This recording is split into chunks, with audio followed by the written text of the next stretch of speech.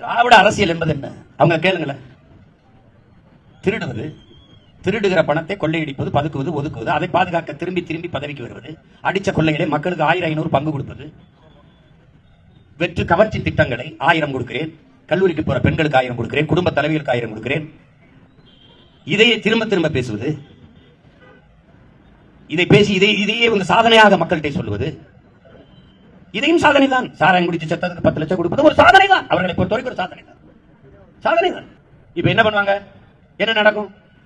மொத்த அமைச்சரும் விக்கிரவாண்டியில் இருப்பாங்க, மொத்த பாராளுமன்ற உறுப்பினர் 40 பேர் விக்கிரவாண்டியில் இருப்பாங்க, மொத்த சட்டமன்ற உறுப்பினர் இங்க இருப்பாங்க, எல்லா மாவட்ட செயலர் ஒன்றிய செயலர் இருப்பாங்க. விக்கிரவாண்டி இன்னும் நல்ல பிதிங்கி வெளியும் யாரும் எங்களை போல என் தங்கை தம்பிகளை போல நின்று பேச முடியாது. ஒன்று இல்ல.